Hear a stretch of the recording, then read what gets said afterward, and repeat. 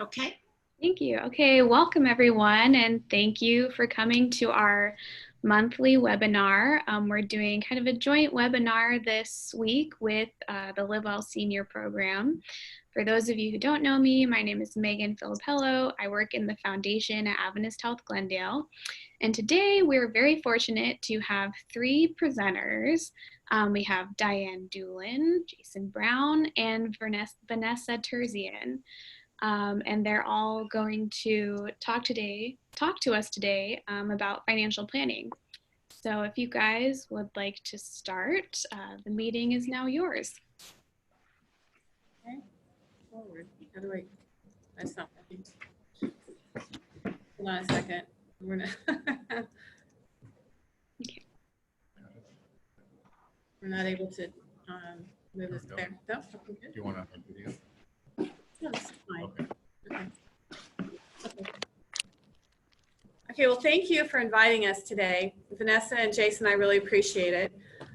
We're kind of a unique combination here. Vanessa is an estate planning attorney and focuses solely on that practice. Jason and I are financial advisors and focus, on financial planning, investment planning, and all those things that go into building a strong financial future. And Vanessa and Jason, I've had the pleasure of working together many times.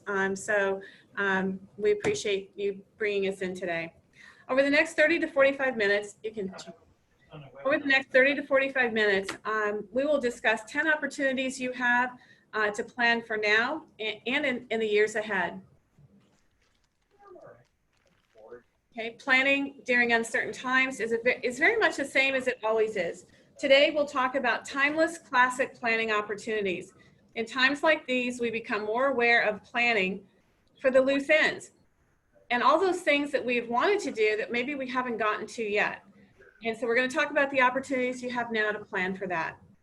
During our discussion, many of you will think, I've done this one already.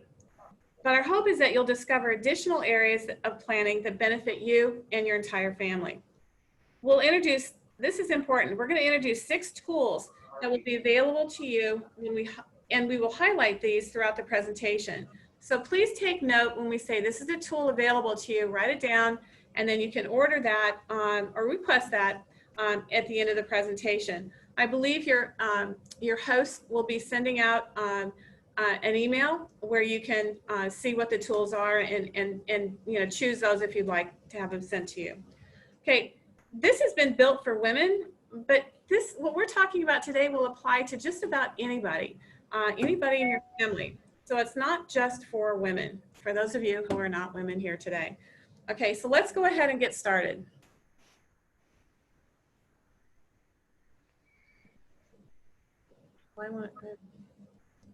Okay. Whether your wealth was earned, inherited, received from other sources, chances are you'll control your family's financial future at some point. Okay. And here's something too. Setting a goal is not the main thing, but it's deciding how you will go about achieving it and staying with the plan. And what we're going to talk about today is how you decide, how you're going to go about achieving the plan. And we're going to talk about 10 specific things that you can do that will help you achieve a plan and help you set your goals and stay with the plan as you go along. 90% of women will be solely responsible for their own finances at some point in their lives.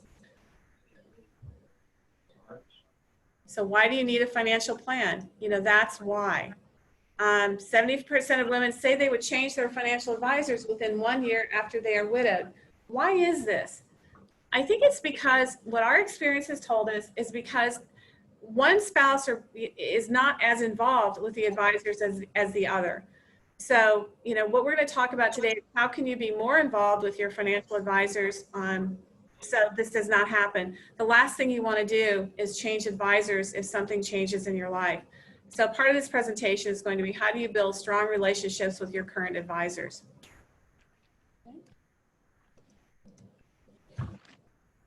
One of the other reasons is just not being as engaged. So what we're going to talk about today is 4 requirements for engagement. Number 1, have a financial plan. Number 2, get records organized. Number 3, prepare your personal plan, and what does that look like? And then also ask your advisors for help. Knowing which advisors to go to for what part of your plan? So a reason to have a, why have a financial plan is to be able to have a roadmap as far as how you're going to get to these major goals, whether it's retirement, whether it's legacy planning, whether it's for the kids, etc. Also for your philanthropic plan. There's lots of different components of your financial plan, and this is that is important to have that for your benefit. Financial planning for women, one size does not fit all. You can see, you can have different generations. And one of the things that we have now is, we've got spouse to spouse transfers, we've got grandparents to parents to children, and then to grandchildren. And we are going through the largest wealth transfer in history. And one of the things that we found now too is a lot of our clients, and I know Vanessa's clients too, are giving during their lifetime. They're not waiting for the estate to transfer.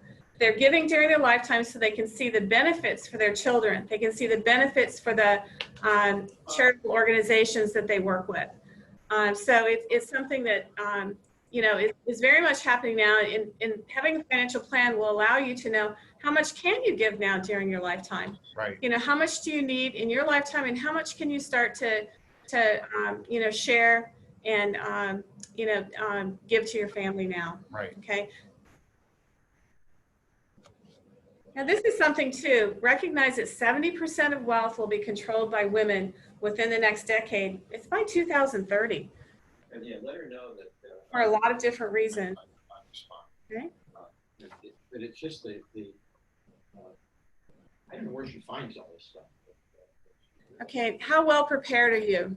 Do you know the information you need to have confidence in your current financial situation and your future decisions? Yeah, I really. Okay, number one. Actually, number two, getting your records organized. This is probably one of the most important things. Vanessa, why don't you address this? Because this is something that, if you have your records organized before you go see Vanessa, very helpful. That's very helpful. It doesn't always happen to be the case. So when you're working with a financial advisor like Diane and Jason, they can be very helpful getting that together. But sorry, just an inventory of all of your assets and where they're located. Doesn't have to be fancy, a list that would be very helpful. And then where you're keeping these important documents. So you'll see on this slide here that Diane and Jason have an incredible tool for you that actually tabs and prompts you to place important documents under each tab. And the legal documents are important, real estate documents are important, but I'm going to emphasize one here just quickly, and then I'll turn it back to Diane. Passwords and authorizations. This is a big one, and there really isn't necessarily a one size fit all on how you want to maybe disseminate this information to your key people. But if they can't find out where your assets are, if you're sick or ill in the hospital, it doesn't really help them to have a power of attorney if they don't know where to use it. Okay. And then exactly, you have to let somebody else know where those key records are. And this is one of the tools that that we have that we can provide for the people attending today. It's called the Family Records Organizer. And Vanessa has a copy of it. We have a copy of it. It can be fillable online. It prompts you on the important documents that you're going to need to have. Diane, really quick, I met with someone this morning that had attended another seminar that you had and I had done, and they brought this organizer with them. Great. It was great. It really helped a lot, didn't it? It helped them. Good.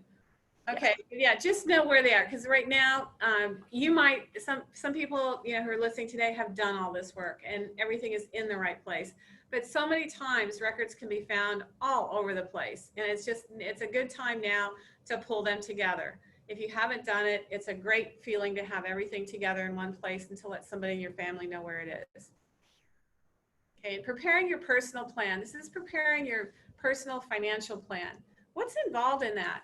Well, there's so many different pieces of it, and these are the things we're going to address today in our presentation, our discussion.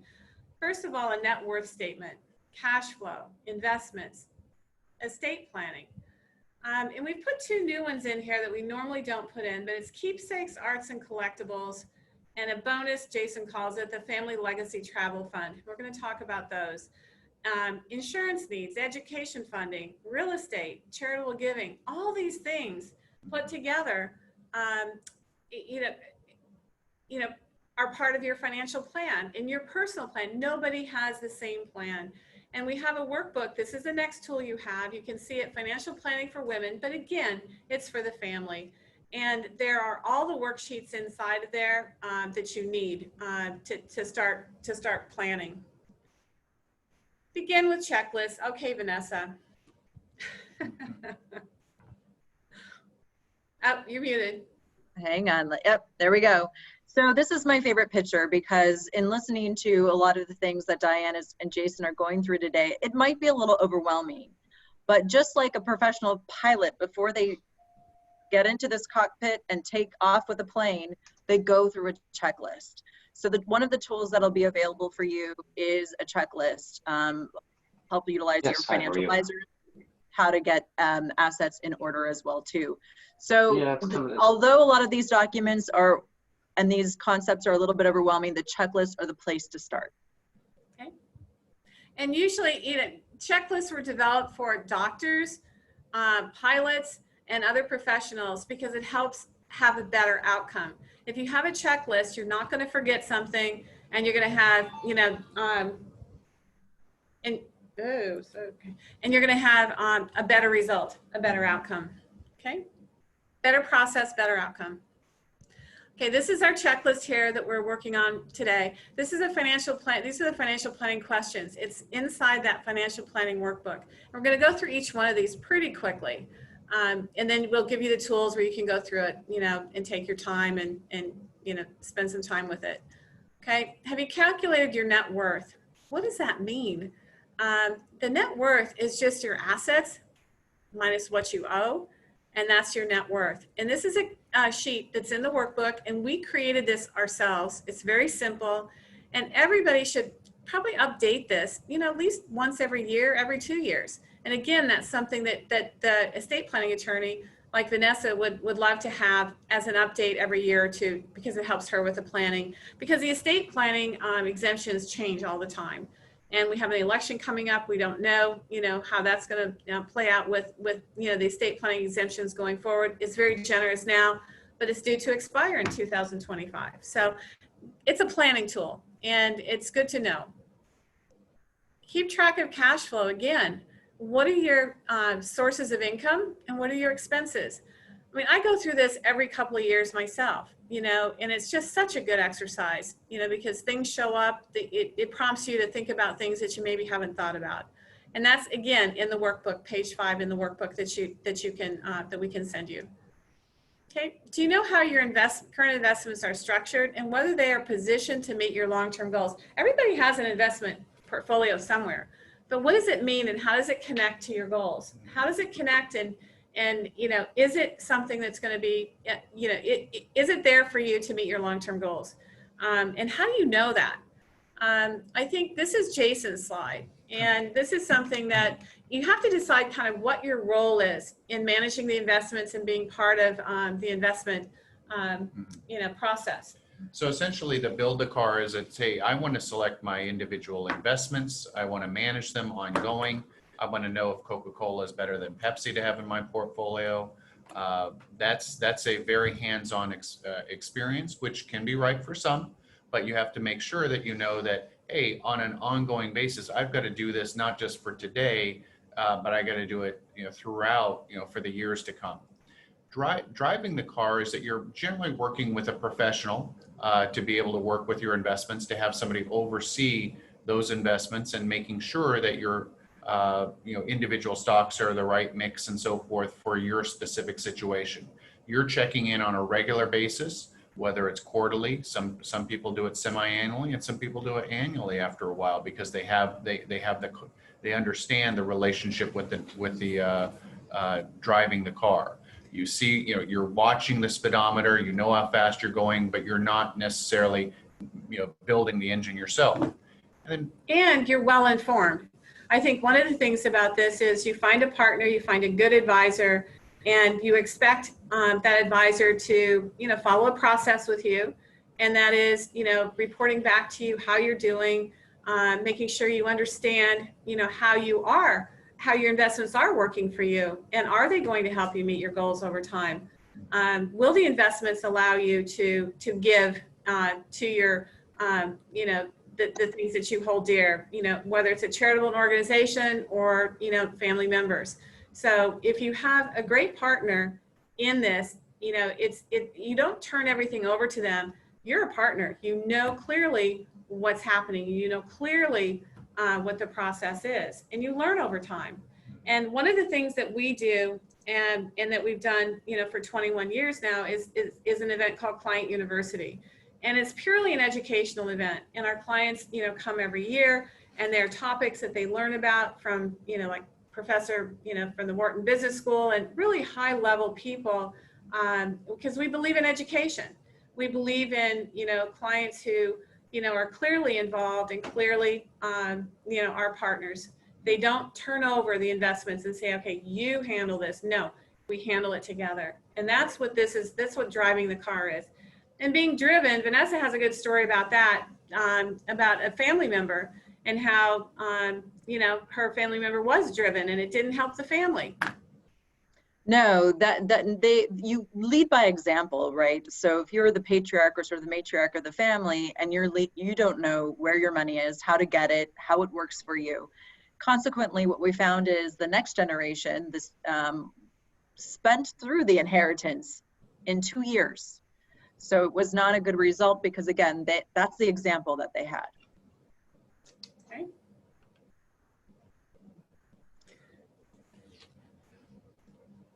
So this is a good slide for me to cover, Diane, if you don't mind. And I think a lot of things got people thinking with the pandemic. And I'll start with a couple of the really important directives that you should look at right away. And they're not hard or complicated documents. And that's the healthcare directives and powers of attorney. So I think the next slide shows that you want to take a look at when was the last time you had your will and trust, power of attorney, and medical directive looked at. And you can't forget about the furry family. So you want to actually not only plan for passing on assets. Of course, at one point we will all pass away, and that wealth will transfer, whether it to our family, our pets, to our favorite charity. But don't forget, your estate planning documents are very important while you're alive, and even more important while you're alive but incapacitated in some way. So with the power of attorney and medical directive, you're actually nominating an agent to act for you in your stead when you're incapacitated but alive. So the power of attorney is one that after 5 to 10 years, that document doesn't necessarily expire, but it gets stale. I currently have a financial institution, Fidelity, who will not accept a power of attorney because it's 5 years old. It's not a good policy, but it's their policy. So that needs to be updated. And then look at your medical directive. Like I said, it's sort of on the forefront of everyone's mind when we're in the middle of a health scare, a health crisis like the pandemic. And make sure the medical directives are on file with your primary care physician, your medical provider, your hospital. And finally, at the bottom of the slide there, you want to look at not only have the legal documents in place, but you want to look at making sure your beneficiary designations are filled out and actually up to date. So IRAs are the best example of an asset that actually doesn't go inside of your trust if you have one. Those pass through the beneficiary designation that you have on file with the financial institution. Many times a charity might be a beneficiary of an IRA, but make sure that it's up to date. And guess what? That doesn't cost you anything. It's free to call up your financial advisor or the financial institution to make sure your beneficiaries on the IRAs and retirement accounts are up to date, along with your life insurance as well too. That's similar. And then finally, look at who you've named in these documents. You want to make sure that your agent and the financial power of attorney is really the right person, they're available. And I think about logistically whether they're close by. We talked about on this next slide already, Diane showed you a slide where you could fill out an inventory, keep that up to date on an annual basis, work with your financial advisor to do that. check off each asset one by one. It's a little tedious, but you want to look at your bank accounts. Believe it or not, your bank accounts either need to be in your trust if you have one, or again, similar to the IRA or the life insurance, you would want to indicate either the trust or an individual as the beneficiary. Doesn't cost you anything. You've got to walk into the bank though and check that that's been handled. If you do not do this, you could have the most beautifully written trust in the fanciest binder, and it could have cost you thousands of dollars to do, but think of the trust like a bucket or a treasure chest. It's empty. There's nothing inside. Another thing that's happened a lot during the summer, because the interest rates are so low, I've had a lot of clients who are refinancing their home to lower the interest rate. Several times the lender will pull the house that they own out of the trust for the refinance process. And ideally they would then just put it back in as soon as the refinance closes. But you need to make sure that that actually happened, because if the house doesn't go back into the trust, it's sitting outside of the treasure chest. It triggers, unfortunately, a court process called probate. Okay. We can go to the next slide. Down, up. Yeah. Up. Yeah. Up, down, up. Okay, this is a good one, and I'm sure Diane and Jason, you might want to chime in, but I did see a question in the chat box actually earlier about who do I choose as a trustee or an executor? And do they have the right temperament and knowledge to carry out your intent? Are they willing to do it? If you don't have a close family member or friend, you might look at a professional fiduciary or a corporate trustee. So that was actually the question that was asked earlier in the chat box I noticed that said, you know, how do I safely look for a professional fiduciary? There are individuals who are licensed by the state of California. You can search their license under the Professional Fiduciary Association of California, and you can make sure that the license is current. That it's not a very highly regulated industry, I'll be honest. So you also want to get good referrals and references. And I think the most important thing if you're looking at a professional fiduciary that's an individual is understanding what if they're not available. What is their backup plan? If they retire or pass away, who would take over their practice? Because they are usually just individuals.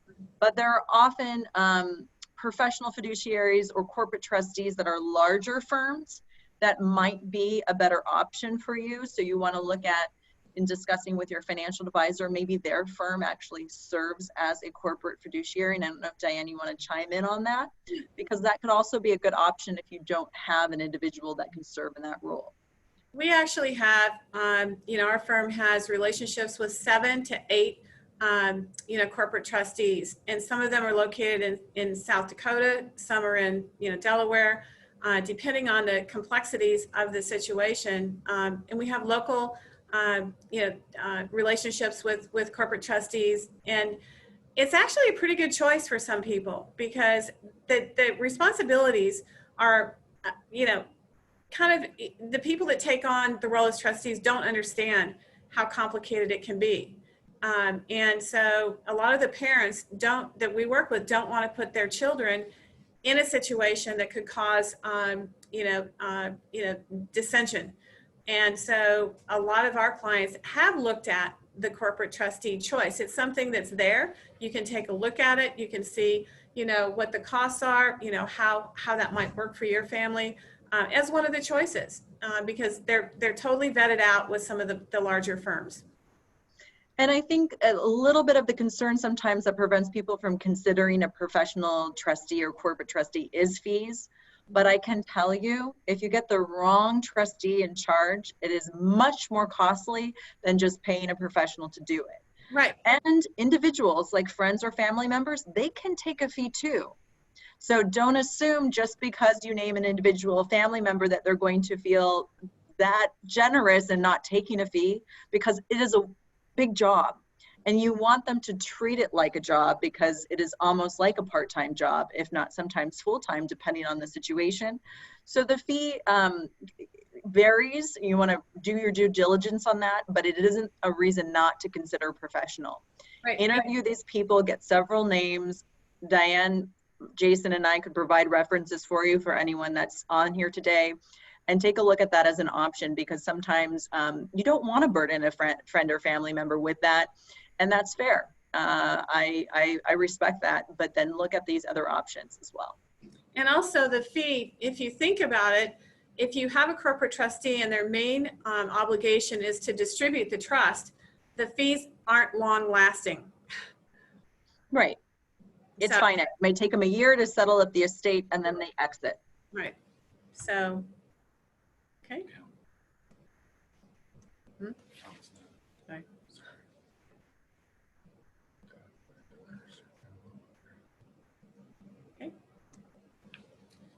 Okay, here's one that also kind of relates to Vanessa, and you probably have stories on this one. But our family planned for the distribution of our keepsakes, art, and collectibles. We have such a great tool for you, and this is something that we just created.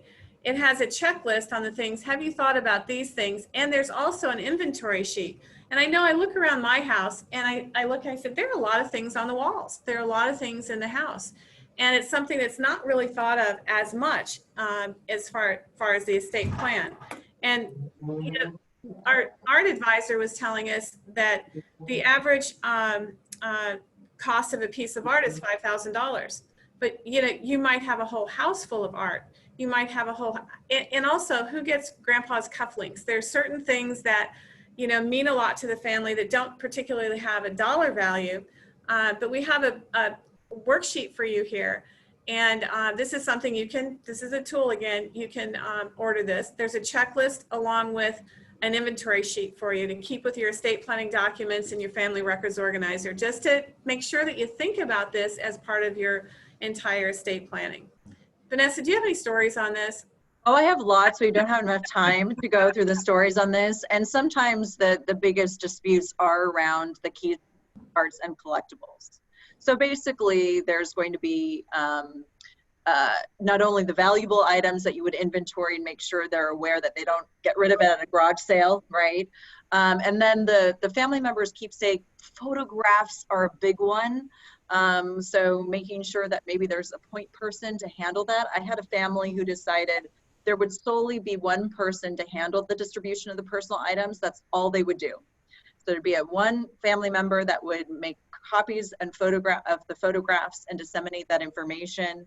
And then another thing to think about is you never know what someone might want. So it's not a bad idea to say, you know, I noticed you really like this. Would you like it? And write it a note. It doesn't need to be fancy. This is a great tool, just so there's a roadmap to follow, a place to start. And then there's always going to be miscellaneous items that will have to be handled at that point. But start there, because there's only one quilt. And I've had to divide a quilt into 4 separate shares to give it to all the 4 daughters. But there's a way to do that without, hopefully, everyone fighting over it. So this is a great tool. Okay, and this one is what we call a bonus estate planning tool. And that is, have we planned to provide travel funding for family members so they can develop fresh perspectives, sense of adventure, and cultural diversity, and family unity, families that travel together, stay together. Okay, and this is something, Jason, do you want to talk about the bonus feature of it? Sure. So for those, some families have enough wherewithal to be able to set up, and you know, it's a priority for the family. It's how the family has gained some insights over the years, and they want to do that for future generations, is to set up and encourage going out there, getting out there, being able to go on adventures, be able to build these memories that will never be forgotten, even over 10, 20, and 30 years. This is a great way to do that, to be able to spur that on and to give it that weight that it deserves for those select families. So it is a bonus. It is something that can be done, and that we've seen done with select families. And there is a checklist here as well as a tool, and this is something that you can request also. There's a lot behind this. It's a little booklet that's got a lot of rich information in it for you. Food for thought on how you might use it. And then this is a good one. Jason's going to cover this. How is your family insured? The cost of each policy. We're not going to get into too much detail, but just cover it, so it might prompt you to think about what you have. And, you know, really, do you understand what you have and how the insurance will work if it's ever needed? So this is generally not at the forefront of each family, but it is something that, to dust off and take a look at. You want to know what you have and what the coverage will do for you in the case of that is actually activated. So some of the three main ones here is life insurance, long-term care insurance, and disability insurance. What does it cover? How are you covered? How does it work for you? And also, is there something better for you at this particular point in time? Sometimes with low interest rates, it can be beneficial. So it's worthwhile to review with your current person. We do reviews for you, but it's something to take a look at. And if we go to the next slide, this is some people have, what coverage do you need? Sometimes it's just getting through a payment for a home. As far as when the mortgage is done, sometimes it's for when the kids are done, but sometimes it's also life insurance can be for big gifting for your nonprofit, such as Glendale Adventist. How long are you protected? How are your policies owned? The ownership is critical also, and sometimes can be revisited in select cases, because sometimes if it's part of the estate, it could be subject to estate tax. And which we don't want to trigger. Other times, there's just creative ways to take a fresh look at this and make sure that it's optimized for your family. And I think the key thing is, if you haven't reviewed your insurance policies recently, take a look. Take a look and call your advisor and there I am. Call your advisor and just take a look and make sure that everything's in place and you understand what you have. Okay. So who are the beneficiaries is one of the areas. So we want to make sure that families being covered appropriately, and also philanthropy, for Glendale Adventist, for perhaps some of your other causes. You want to, there's a great way to be able to include them creatively in the life insurance planning process. And that's something where you can talk to the plan giving people at Adventist. They have a lot of very creative ways that you can include the insurance, and they can explain how all that works for you. Because sometimes people don't think about it, but if they don't need the insurance and they have it, it's a thoughtful way to plan. It can be part of your overall plan in your charitable giving. So we also have educational funding needs, and have those been identified and committed to by parents and grandparents. Educational planning is a phenomenal tool that is much underutilized by most families out there because of the incredible flexibility that you have with educational plans. You really should take a look at this. It's wonderful, of course, for actual education purposes. It can be used for grandkids. It can be used for kids. It can be used for estate planning purposes. And it also, what's so amazing about this gift, it's the one gifting where you still maintain control of the asset. Ownership. So, which is ownership, yes. So let's say if little Timmy decides not to go to college or not use all of his educational funding, you can transition that to to Susie and so forth. So there's, if Timmy doesn't use all of it but wants to hand it down to his kids, you can do that as well too.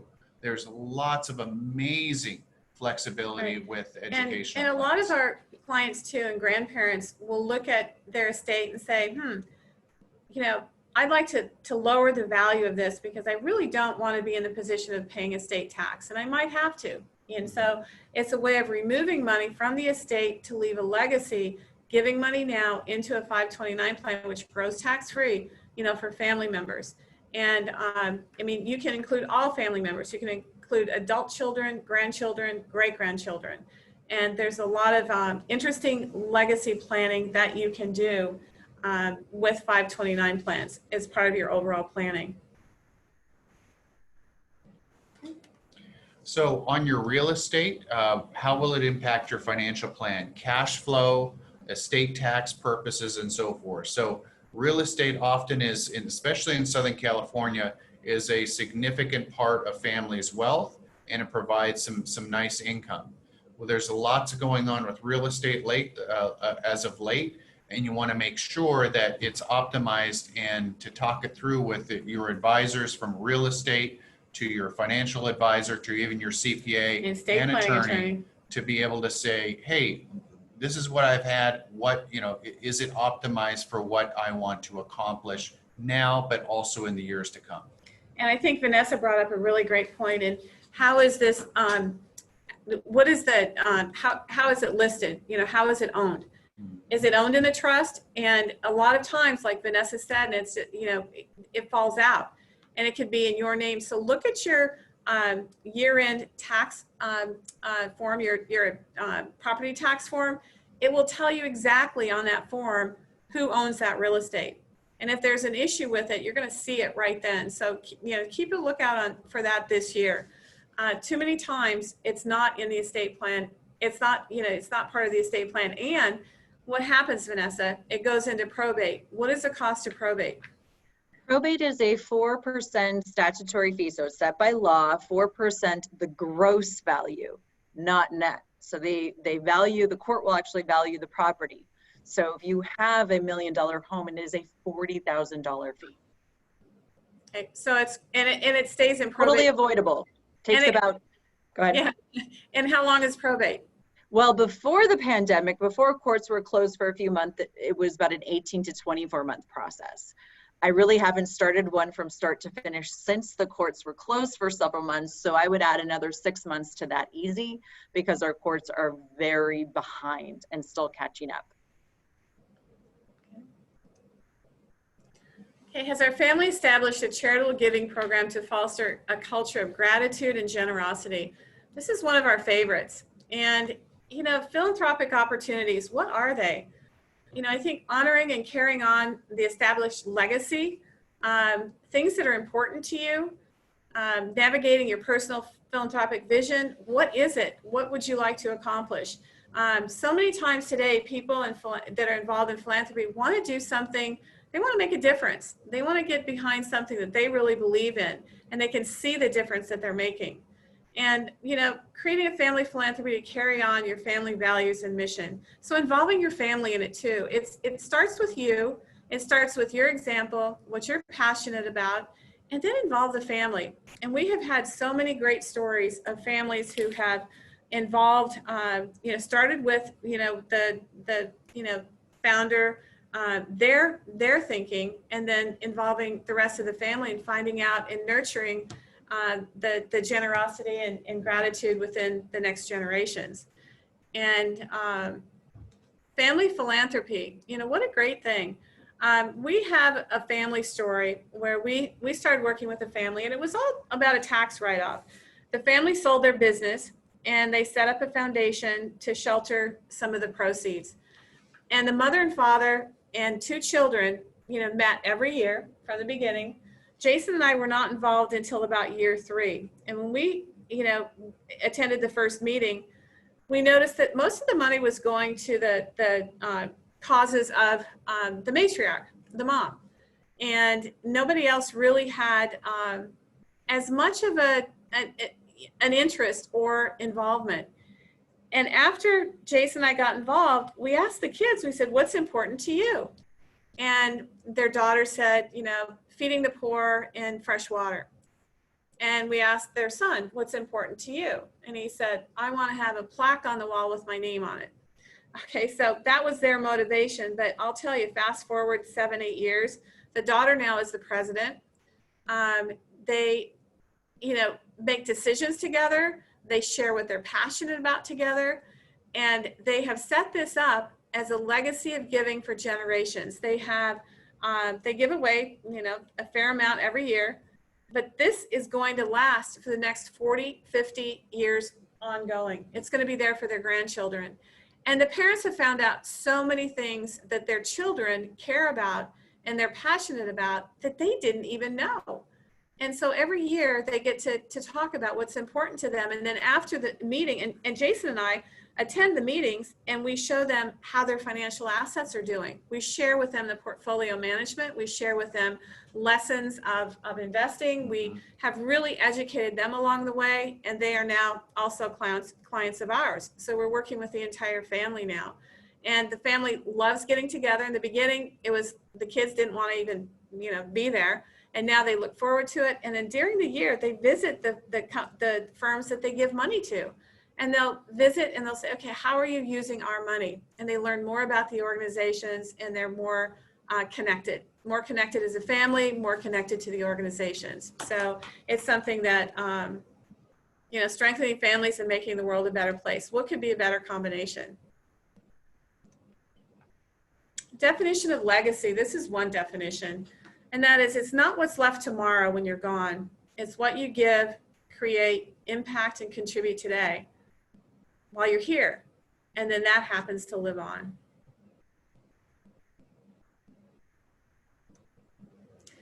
The last piece of this, and we'll go through this pretty quickly, is, one particular decision you make is who are your professional advisors?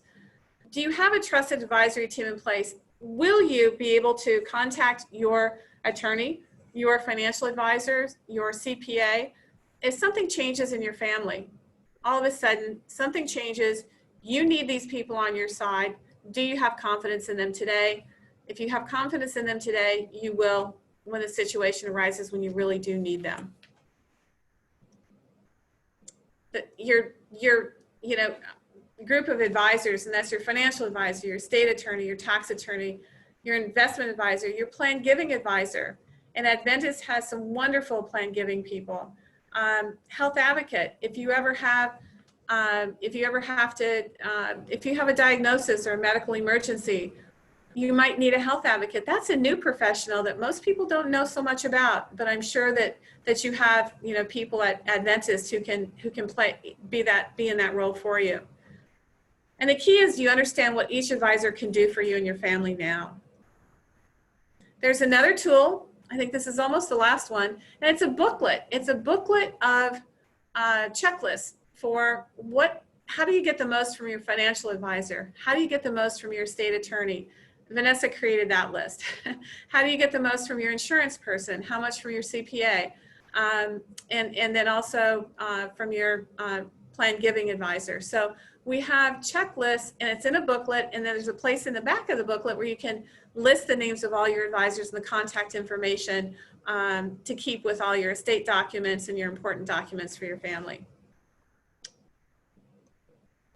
And this is a new thing. We just created this. It's questions to ask when evaluating or choosing your professionals.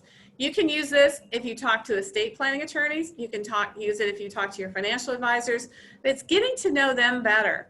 And if you go through this checklist with them, they're going to be more responsive. It'll be really interesting to see how they answer the questions. But I would say if you're not sure about your relationship with your current attorney and insurance advisor, financial advisor, go see them and ask them some of these questions. Get to know them better. Get to know more about their business. It will help you have more confidence and also learn how you can work with them more closely. Anything? Yeah. No? Okay, so we're summarizing now.